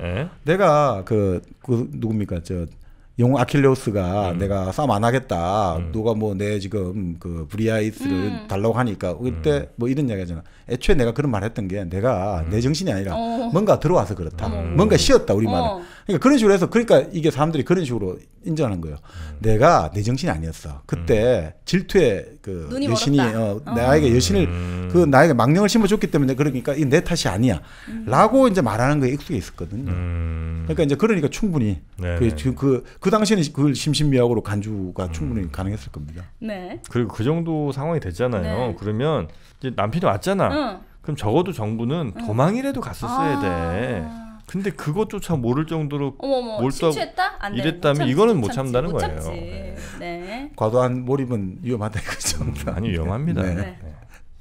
자, 그렇게 이 법을 만들고 나서 이 100년간 이 법을 시행해야 된다. 법의 안정성도 생각했던 거죠. 법이 계속 조변 섞여버리면 이 법은 아무도 안 지키잖아요. 그런데 그렇게 딱 하고 나서 집에 가만히 있으니까 계속 사람들이 찾아오는 거예요. 이건 어떻게 해석해야 됩니까? 이거 좀 민원도 하고 이거 좀 내줘. 그러니까 이러면 안 되겠다 해서 이 사람은 이제 나는 여행을 떠나겠다. 10년 정도 여행을 떠나겠다 하는 거죠. 그렇게 여행에 나선 거죠. 법을 만들어 놓고 놓고 나서 자기가 떠나야지 이제 이 법에 대해서 더 이상 시비가 없어질 거 아니에요. 그래서 실제로 떠납니다. 그래서 이제 뭐 이집트도 가고 키프로스도 가고 그래서 리디아의 왕 아까 부자의 대명사 크로이소스와 만나는 거죠. 근데 이제 크로이소스와 만나니까 이 크로이소스는 이제 이런 거죠. 이 세상에서 제일 부자고 왕이고 그러니까 이제 이 사람 만나가지고 좀 그런 거 있잖아요. 야, 세상에서 누가 제일 행복하냐. 이제 자기를 좀 추앙해 달라. 이렇게 하려고 물어보는 거예요. 나인 걸로 좀 해. 너 세상 많이 당신 참 현명한 사람이고 이 세상 여행도 많이 하지 않았냐. 그러니까 이 세상에서 가장 행복한 사람은 누구일까라고 이제 답정 넣는데 거의 백설공주의 왕비 느낌이네요. 그렇죠. 거울아 거울아 누가 가장 예쁘니. 네. 그리고 솔론이 이제 이 크로이소스 왕을 만나러 갈 때, 이 리디아가 그 당시 세계 최고 그 말을 제일 먼저 만든 나라거든요. 그러니까 이 너무너무 화려한 거예요. 그래서 신하들이 너무 옷을 화려하게 입으니까 신하들이 왕인 줄 알았던 거예요. 처음에. 그러니까 이게 완전히 촌놈이 온 거죠. 촌딱이 왔는데 근데 막상 왕 만나갖고 별로 찬사를 안 하니까 왕이 조금 살짝 기분이 상했던 거죠. 그래서 이제 행복한 걸 물어보는데 갑자기 이런 말을 하는 거예요. 우리 동네에 텔로스라는 시민이 있는데 이 사람 말이에요. 아들도 많고 재산도 많고 거기에다가 딱 전쟁이 났을 때 나라를 위해서 싸움하러 나섰다가 목숨을 바쳤다. 정말 이 사람만큼 행복한 사람이 없다. 라고 말하는 거죠. 그러니까 크로이소스 왕이 이게 뭐야? 그냥 자기랑 너무 반대되는 스타일인데. 평범한 사람이잖아. 뭐 이게 뭐가 대단해? 그래서 아니 뭐 그래 그 사람도 있는데 그 텔로스 말고 좀 또 다른 사람 없을까? 이러니까 나라고 좀 말 좀 해줘 했는데 또 이 얘기가 하는 거예요. 클레오비스와 비톤이라는 형제가 있습니다. 이 형제가 있는데 이 형제가 정말 효자들이거든요. 그래서 어머니가 헤라 여신 그 사당에 이제 어머니가 어떤 제사를 지내러 가는데 어머니를 모시고 가야 되는데 이 어머니 이제 수레에 태워 가는데 소가 수레를 끈단 말이죠. 근데 소가 이 속도를 못 내니까 자기들이 소가 된 거예요. 멍에를 다 끌어가지고 어머니를 탁 이제 그 헤라 여신의 신전에 딱 모시다 줬단 말이죠. 그래서 좀 쉬면서 누워가지고 휴식을 하고 있는데 이 엄마가 너무나 감사한 거죠. 내 아들들이 소가 되어가지고 나를 이렇게 여신의 신전에 모셔주고 정말 우리 헤라 여신이여 우리 아들들에게 최고의 행복을 주소서. 그러니까 아들들이 자다 죽은 거예요. 자다가 죽은 거죠. 고통 없이 자다가 죽었다니까. 최고의 그 행복감을 느끼면서 엄마에게 효도하고. 그래서 이 아들들이 얼마나 편안한 죽음을 맞이했습니까? 네. 정말 대단합니다. 그러니까 이 크로이소스 왕이 화가 많이 났을 것 같은데 벌컥 화를 낸 거죠. 네. 아니 그럼 나는 행복하지 않단 말인가? 왜 자꾸 이상한 사람들 이야기만 하고 왜 나한테 행복하다는 이야기를 안 하냐 이러니까 네. 이때 솔론이 그런 이야기를 하는 거죠. 왕이시여, 사람의 인생이란 항상 변화무쌍하고 우리는 하루 진짜 한 치 앞도 예측을 못합니다. 그래서 우리 아테나에서는 지금의 행복을 자랑하지도 않고 다른 사람의 행복을 시기하지도 않습니다. 우리는 아무것도 모릅니다. 이 세상이라는 것은 어떻게 변할지. 그래서 이제 크로이소스는 그럼에도 받아들이지 못하잖아요. 그러니까 옆에 그 당시에 이솝 우화의 작가 이솝이 있었다는 거예요. 네. 그래서 이솝이 한마디 했다는 거죠. 크로이소스 선생 왕하고 왕이라는 사람들하고 이야기할 때는 짧게 말하든지 아니면 영어식 표현으로는 이윤기 선생님이 그래요. 시즈너블하게 말해라 이거죠. 시즈너블. 제때에 맞게. 눈치껏 이야기해라. 눈치 딱 때에 맞게 이야기해라. 눈치 좀 챙겨라 했거든. 근데 이 솔론이 우직하게 말한 거죠. 아닙니다. 우리는 왕과 말할 때는 짧게 말을 하거나 아니면 리즈너블한 말을 해야 된다. 사리에 맞는 말을 해야 된다. 시즈너블이 아니고 리즈너블. 시즈너블이 아니라 리즈너블하게. 이런 식으로 했다는 거죠. 자, 그런데 어떻든 크로이소스는 못 받아들였는데 이 나중에 진짜 크로이소스가 이런 때가 오는 거예요. 나중에 이 리디아가 정말 그 당시 소아시아 최강의 부유한 나라고 강대국이었는데 그 변방에 아까 말한 그 메디아의 키로스라는 소년이 자라가지고 왕이 돼가지고 이제 침략이 나선 거죠. 그래서 이 리디아를 완전히 격파를 해버리고 크로이소스 왕을 이제 사형대에 매다는 거죠. 그러니까 이제 사형대에 매달아가지고 이제 막 이제 뭡니까 곧 이제 뭐 불을 붙이든 목에 밧줄을 매든 이렇게 하는 판인데 이 크로이소스가 솔론을 외치는 거죠. 솔론 당신의 말이 맞았도다. 그러니까 이 키로스가 듣다가 좀 이상하잖아요. 왜 저 사람은 자꾸 솔론 부든 외치나 애가 이제 이야기를 좀 들어본 거죠. 네. 당신 왜 솔론 외치냐니까. 왕이시여, 제가 예전에 솔론이 가장 행복한 사람이 뭐냐 할 때 이런 이야기를 내가 비웃었다. 근데 막상 내가 지금 오늘 이 지금 사형대에 올라가서 이 정말 목숨이 경각에 달한 때를 맞아서 그 솔론의 말을 그의 말이 맞았음을 이제야 이제서야 그 정말 솔론의 이 그 지혜에 내가 다시 참복하게 됐다 이러니까 크로이소스가 그 말을 들으니까 자기도 좀 그렇잖아요. 이 잘 나가던 왕도 지금 이래 됐는데 그래서 그 결국 크로이소스를 구해준단 말이죠. 그러니까 결국은 솔론이 크로이소스를 구한 거죠. 와. 솔론 그 솔론이 그때 해준 그 행복에 관한 것들. 그러네. 그러니까 이 바로 아테나에서 전통은 항상 그래서 우리 오이디푸스 왕에도 나옵니다만 그 나오잖아. 이렇게 머리가 좋고 이렇게 똑똑하고 이렇게 용감한 오이디푸스가 어떻게 이런 비극적인 운명을 맞이했단 말이야. 신이시여 인간들이야. 절대로 그가 행복하다, 그가 뛰어나다고 말하지 마라. 우리 인간은 무덤에 묻힐 때까지 절대 행복하다 말할 수 없다. 이런 것 전통이 여기서 나오는 거죠. 그럼 이제 슬슬 이제 그 솔론의 또 마지막 궁금해지지 않나요? 솔론의 최후. 그렇죠. 네. 결국 솔론이 이제 이 여행을 마치고 돌아왔는데 귀국 후에 또 팝을 계속 싸움을 나겠죠. 그러니까 중재에 나섰는데 쉽지가 않아요. 그런 다음에 결국은 이제 아크로폴리스가 어떤 세력이 등장해가지고 아크로폴리스가 점령을 당하고 그때 솔론은 광장에 나서 연설하는 거죠. 독재 정치가 싹 트기 전에 막는 일은 쉽지만 일단 독재가 성장한 후에는 쓰러뜨리는 일은 어려워진다. 그러니까 지금 모두 나서자라고 하는데 아무도 안 나서죠. 두려움 때문에. 그러니까 솔론이 집에 돌아와가지고 혼자 있잖아요. 무장을 하고 사람들이 피하는 걸 권유를 거절하는 거예요. 아니 나 혼자라도 나는 이 집을 요새로 해서 난 투쟁하겠다. 자 그러니까 사람들이 아니 도대체 뭘 믿고 그렇게 당신 나서냐 뭐 이 쿠데타 세력하고 뭐 관계가 있냐니까 딱 한마디 하는 거죠. 나는 내 늙은 나이를 믿소. 내 늙음을 믿소. 나의 경험. 네. 근데 사실 권력을 이제 쿠데타로 잡은 페이시스트 라토스가 결국은 뭐 자기 잘 아는 결국은 다 어떻게 보면 친척일 거예요. 같이 잘 어리고 잘 아는 사이고 자기가 아껴줬던 어린 청년이었죠. 그런데 결국 뭐 이 사람이 권력을 잡았잖아요. 그런데도 솔론을 죽이지 않고 여전히 솔론을 일종의 자문역으로 계속해서 경청을 했다는 거죠. 그래서 솔론 같은 경우는 뭐 그렇게 나쁘진 않고요. 나중에 솔론 마지막 필생의 역작이 아틀란티스 섬, 우리 그 사라진 대륙 아틀란티스. 그 솔론이 있었어요? 솔론이 본래 시작하려고 했다고 기록에 나오죠. 근데 솔론이 그거를 결국 마무리 못하고 그만두게 되었고 그래서 이제 그 나중에 플라톤이 그 네네네. 이어서 쓰려고 했는데 플라톤도 결국은 미완성으로 하게 된 거죠. 네. 그래서 뭐 아틀란티스에 관해서 뭐 이렇게 뭐 어떻게 생겼다 이런 얘기들은 이제 좀 많이 그래도 남아 있지 않나요? 아니요, 그러니까 이런 기록만 남아 있네요. 네. 지금 현재로서는 그러니까 요 책에서는 아틀란티스에 관해서 방단책을 쓰려고 했는데 이제 쓰는 도중에 그만뒀다. 네. 이렇게만 지금 나와 있고요. 그 솔론 같은 경우가 결국 뭐 이런 이야기를 하죠. 아까 말씀드린 나이는 하루하루 늘어가지만 배움의 길은 나날이 새롭구나. 지금도 나에게는 모든 사람들이 좋아하는 아름다움과 음악과 술이 있구나. 그러니까 아름다움은 뭐냐면 바로 아프로디테. 음악은 뭐냐면 바로 아폴론의 이제 무사히 여신이 있잖아요. 뮤즈가 있고 술은 뭐냐면 디오니소스. 그러니까 이게 다 있는데 내가 뭐가 정말 인생을 그러니까 향유를 한 거죠. 천수를 누렸네요. 그렇죠. 그래도. 그러니까 어떻게 보면 이 아틀란티스에 대한 글이 플라톤도 그렇고 솔론도 미완성으로 남았던 것 자체가 그게 뭐 어떤 우리가 어떻게 보면 마지막 이제 뭐라고 할까 일종의 덮개석이라고 합니까? 천장에 딱 마지막 그 관뚜껑 같은 거요? 관뚜껑 말고 우리 제일 마지막에 마지막에 무슨 스톤이라고 하잖아요. 돔 위에 얹어놓는 거. 근데 그 아쉬움이 있을 수도 있습니다만 또 어떻게 보면 그렇게 미완성에 결락된 부분이 있기 때문에 또 그게 후세 사람들에게 이 또 새로 상상력을 불러주잖아요. 항상 미완의 아쉬움을 남겨주기 때문에 오히려 더 좋은 거 아닌가 이런 생각도 좀 듭니다. 뭐 디온소스도 있고 다 있는 것 같지만 결국은 이상호 대표님이 없었잖아요. 뭐죠? 조금 약한 것 같다 이번에. 1kg 커피. 1kg 커피의 맛을 모르고 최후를 맞이했던 우리 솔론의 저는 노래를 좀 보내드리겠습니다. 네, 우리 1kg 커피는 1kg 커피 왜 1kg 커피인지 혹시 아세요?